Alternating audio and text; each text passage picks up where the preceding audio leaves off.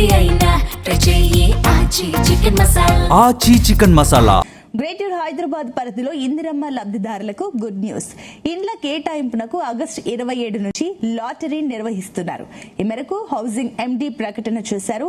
రోజుకు 4 నియోజకవర్గాల చొప్పున 30 నాటికి ప్రక్రియను పూర్తి చేస్తామన్నారు. హౌసింగ్ బోర్డు అధికారులు మీడియా సమక్షంలో లాటరీని పారదర్శకంగా నిర్వహిస్తామన్నారు. దరఖాస్తుదారుల వివరాలను మీ సేవ వెబ్సైట్ లో అందుబాటులో ఉంచుతామన్నారు. అభ్యంతరాలుంటే 23 సాయంత్రంలోగా తెలియజేయవచ్చన్నారు. అనంతరం అర్హులైన దరఖాస్తుదారుల తుది జాబితాను 25న ప్రకటిస్తామని ఎండీ తెలిపారు.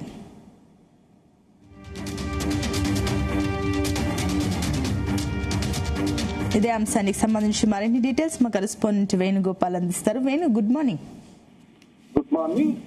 ఇక ఔటర్ రింగ్ రోడ్డు క్యూర్ పరిధిలో ప్రభుత్వం నిర్మిస్తున్నటువంటి ఇందిరమ్మ ఇళ్ల టవర్స్ లో ఇండ్ల కేటాయింపు లాటరీ ప్రక్రియను ఈ నెల 27వ తేదీ నుంచి నిర్వహించనున్నట్లు housing board vice chairman VP Gautam తెలిపారు. ఇక ప్రతిరోజు 4 నియోజకవర్గాల చొప్పున 4 రోజుల పాటు 30వ తేదీ వరకు కూడా ఈ ప్రక్రియను నిర్వహించనున్నారు.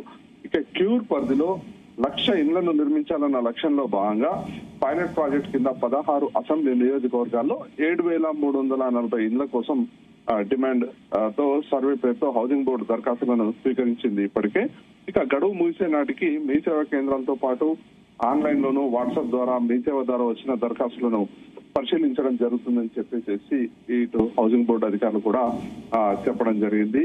ఇక ఏదైతే ప్రధానంగా ఈ దరఖాస్తుదారులు హైదరాబాద్ లో స్థిర నివాసం ఉంటున్నారా లేదా, ఓఆర్ఆర్ లోపల వారికి ఫ్లాట్, ఓపెన్ ఫ్లాట్ వంటివి ఉన్నాయా మొదలైన వివరాలను కూడా పరిశీలించి ఇక వారిని తుది జాబితా ప్రకటిస్తామని చెప్పి కూడా అధికారులు చెప్పడం జరిగింది. ఇక ఆ తుది జాబితాలో ఉన్నటువంటి వారితోటే ఈ డ్రా అనేది కూడా తీయబోతున్నారు.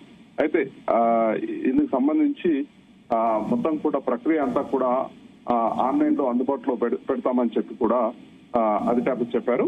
ఇక మరోవైపు ఈ జాబితాలో వివరాలపై ఏమైనా అభ్యంతరాలు ఉంటే 23వ తేదీ సాయంత్రం వరకు కూడా తెలియజేయవచ్చు అని చెప్పి కూడా అధికారులు చెప్పడం జరిగింది. వచ్చిన అభ్యంతరాలన్నీ పరిశీలించి అనంతరం ఇళ్ల కోసం అర్హులైన దరఖాస్తుదారుల వివరాలతో తుది జాబితాను ఈ నెల 25వ తేదీన ప్రకటిస్తామని చెప్పి కూడా అధికారులు ప్రకటించడం జరిగింది. ఇక అర్హులైన దరఖాస్తుదారుల జాబితా రూపొందించిన తర్వాత ఈ నెల 27 నుంచి లాటరీ ద్వారా లబ్ధిదారులను ఎంపిక చేస్తామన్నారు.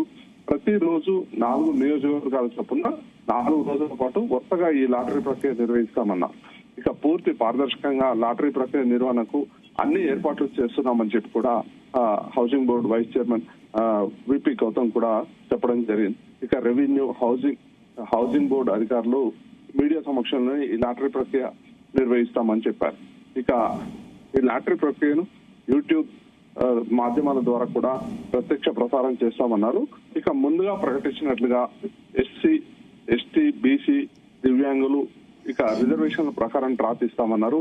ప్రతి కేటగిరీలోనూ కూడా 20% వెయిటింగ్ లిస్ట్ కూడా రూపొందిస్తామని, వీరు కూడా లాటరీ ద్వారా డ్రా ద్వారానే ఎంపిక చేస్తామని చెప్పి కూడా చెప్పడం జరిగింది. ఇక ఇండ్ల కేటాయింపు విషయంలో ఎటువంటి సందేహాలు, అపోహలకు లోను కావద్దని, పూర్తి పారదర్శకంగానే అర్హుల గుర్తింపు ప్రక్రియ జరుగుతుందని అధికారులు స్పష్టం చేశారు.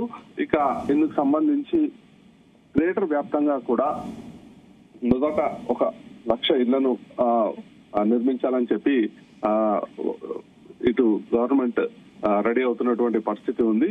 ఇక అందులో భాగంగా ఏదైతే మొదటి విడతగా 7,340 ఇళ్లను ప్రాథమికంగా నిర్మించి ఇక వాటి సంఖ్యను క్రమక్రమంగా పెంచుకుంటూ వెళ్లాలని చెప్పి ఇటు రాష్ట్ర ప్రభుత్వం కూడా భావిస్తోంది. అయితే ఈ ఇళ్ల నిర్మాణం కూడా అర్హులైనటువంటి వారిని గుర్తించడము, వారందరికీ కూడా వచ్చే ఏడాది నాటికి టవర్స్ అంటే అపార్ట్మెంట్ల లాగా ఈ ఇళ్లను హైదరాబాద్ లో నిర్మించబోతున్నారు. ఇందుకు సంబంధించి ఇప్పటికే కొన్ని మోడల్స్ ను కూడా ఇప్పటికే విడుదల చేసింది ప్రభుత్వం. ఎవరైతే అర్హులు ఉంటారో వారు ఇక మొదట ఫస్ట్ అప్లికేషన్ కి 100 రూపీస్, ఇక అప్లికేషన్ ఓకే అయ్యాక అందుకు సంబంధించి 10,000 రూపాయలు డిపాజిట్ చేయాల్సి ఉంటుంది. ఇక లాటరీ ప్రక్రియ ద్వారా ఎవరైతే ఎంపిక అవుతారో తదనంతరం వారు దాదాపుగా 5 లక్షల రూపాయలు కూడా ఇందుకు సంబంధించి ఖర్చు భరిస్తుంది. ఇక మిగతా అమౌంట్ ఏదైతే 6 లక్షల వరకు కూడా ఇటు ఎవరైతే ఇల్లు వస్తుందో వారు పే చేయాల్సి ఉంటుంది. ఇందుకు సంబంధించి అవసరమైన బ్యాంక్ లోన్స్ కూడా ఇప్పించేందుకు వారికి ప్రభుత్వం ఇటు బ్యాంకులతోనూ కూడా మాట్లాడుతుంది. అయితే ముఖ్యంగా ఏదైతే ఇల్లు ఒక్కసారి కేటాయించాక 10 సంవత్సరాల వరకు కూడా ఎవరికి అమ్మవద్దు, ఎవరు కేటాయించిన ఇంట్లో వాళ్ళే ఉండాలి. ఎస్, అయితే ఇప్పుడు ఏదైతే ఈ లాటరీ విధానంలో పారదర్శకత కోసం ప్రభుత్వం ఎలాంటి ఏర్పాట్లు చేసింది అండ్ అదేవిధంగా కంప్యూటరైజ్డ్ ర్యాండమ్ పికింగ్ ఉంటుందా, ఏ రకంగా ఉంటుంది? అయితే ఇందుకు సంబంధించి గతంలో అధికారులు ఏదైతే ఫస్ట్ మొదట ఈ అరసుల జాబితాను ప్రాథమికంగా తయారు చేయబోతున్నారు. ఇందుకు సంబంధించి ప్రభుత్వం ఇప్పటికే నిబంధనలు కూడా పెట్టింది. హైదరాబాద్ పరిధిలో నివసించే వాళ్ళు అయి ఉండాలి. అలాగే అప్లికేషన్ చేసినటువంటి వారందరినీ కూడా 360 డిగ్రీ విధానంలో ఆన్లైన్ లో అప్లికేషన్ పరిశీలిస్తారు. ఇక ప్రభుత్వ నిబంధనల ప్రకారం దరఖాస్తు చేశారా, అసలు ప్లాట్ అర్హులా అనర్హులా, ఎందుకు అప్లికేషన్ రిజెక్ట్ అయింది అనే వివరాలు ప్రాథమికంగా వీళ్లకు ఎవరైతే అప్లై చేసుకున్నారో వారికి తెలియజేస్తారు. దానంతరం ఇది ఆన్లైన్ ద్వారానే ఈ ఎంపిక విధానం ఉంటుందని చెప్పి కూడా ఇటు అధికారులు స్పష్టం చేస్తున్నటువంటి పరిస్థితి. ఇందుకు సంబంధించి ఏదైతే డ్రాప్ ఇస్తారో, అంటే గతంలో కూడా చూసాం, ఇందుకు సంబంధించి డ్రాప్ ఇచ్చినప్పుడు అక్కడ ప్రత్యక్ష ప్రసారం ద్వారా ఎప్పటికప్పుడు ఇటు చూసుకునేలా పారదర్శకత పెంపొందించేలా కూడా అక్కడ జరుగుతున్నటువంటి డ్రా విధానాన్ని కూడా ప్రత్యక్ష ప్రసారం చేయడం జరిగింది. అయితే ఇందుకు సంబంధించి ప్రాథమికంగా చూసుకుంటే ఇప్పుడు మొదట హైదరాబాద్ లో 1,00,000 ఇల్లు నిర్మించాలని చెప్పి ప్రభుత్వం భావిస్తుంది. అయితే అందులో భాగంగా ప్రారంభంలోనే ఇప్పుడు 16 నియోజకవర్గాల్లో 7,340 ఫ్లాట్లను, అంటే సుమారు దాదాపు 61,500 అప్లికేషన్లు వచ్చాయి. ఇందులో నుండి మొదటి దశ 7,340 ఫ్లాట్ల కోసం ప్రాథమికంగా ఎంపిక చేయాల్సి ఉంటుంది. అయితే ఇక వన్స్ ఒకసారి ప్రభుత్వం ఆన్లైన్ విధానం ద్వారా ఎంపిక చేస్తుందని మనకు సమాచారం ఉంది. అయితే ఇందుకు సంబంధించి పారదర్శకంగా వ్యవహరిస్తామని చెప్పి ప్రభుత్వం చెప్తుంది. ఇవన్నీ కూడా ఎప్పటికప్పుడు ఆన్లైన్ ద్వారా అలాగే ప్రత్యక్ష ప్రసారం ద్వారా కూడా ఇటు అందరికీ తెలియజేస్తామని చెప్పి ప్రభుత్వం చెప్తున్నటువంటి. అయితే వేణు, ఇప్పుడు లాటరీ ఎంపికైన తర్వాత కూడా లాటరీలో ఏదైతే నేమ్ వచ్చిన తర్వాత, లిస్టింగ్ వచ్చిన తర్వాత కూడా మళ్ళీ లబ్ధిదారుడికి సంబంధించి మళ్ళీ క్రాస్ వెరిఫికేషన్ చేసే ఛాన్సెస్ ఉన్నాయా?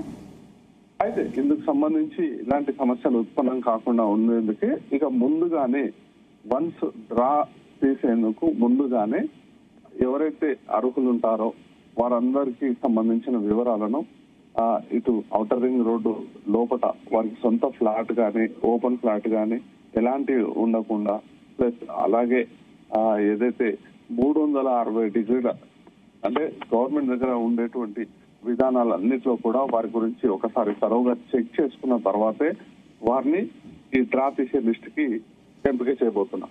ఇక ఎవరైతే ఎంపిక కారో ఆ లిస్ట్ కూడా ఆన్లైన్ లో పెడతామని చెప్పి అధికారులు ఇప్పటికే చెప్పడం జరిగింది. కాబట్టి ఎవరైతే అర్హులు ఉంటారో వారిని మాత్రమే ఈ డ్రా సిస్టమ్ కోసం ఎంపిక చేసే అవకాశం ఉంది. కాబట్టి ఇక అందులో ఎవరైతే ఆ డ్రా సంబంధించిన లిస్ట్ లో ఉంటారో ఖచ్చితంగా అప్పటికే వారి వెరిఫికేషన్ పూర్తవుతుంది. కాబట్టి ఎలాంటి సమస్యలు రావు. Right, thank you Venu.